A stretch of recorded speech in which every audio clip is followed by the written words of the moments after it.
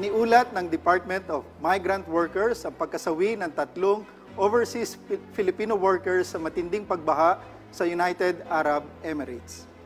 Ayon kay DMW OIC Undersecretary Hans Leo Kakdak, 2 kababayan nating babae ang nasawi dahil sa suffocation sa loob ng kanilang sasakyan. Habang ang isang lalaking Pinoy ang nasawi matapos mahulog ang sinasakyan sa isang sinkhole. Tiniyak ng DMW sa kaanak ng mga nasawi ang pagbibigay ng kanilang kaukulang tulong at suporta sa kanila. Samantala, sinuguro rin ng Department of Foreign Affairs ang lahat ng pagsisikap para matulungan ang lahat ng Pilipinong apektado ng pagbaha sa UAE. Ayon sa DFA, patuloy ang koordinasyon ng Konsulado ng Pilipinas sa Dubai authorities para makuha ang lahat ng impormasyon at maibigay ang agarang tulong sa ating mga apektadong kababayan.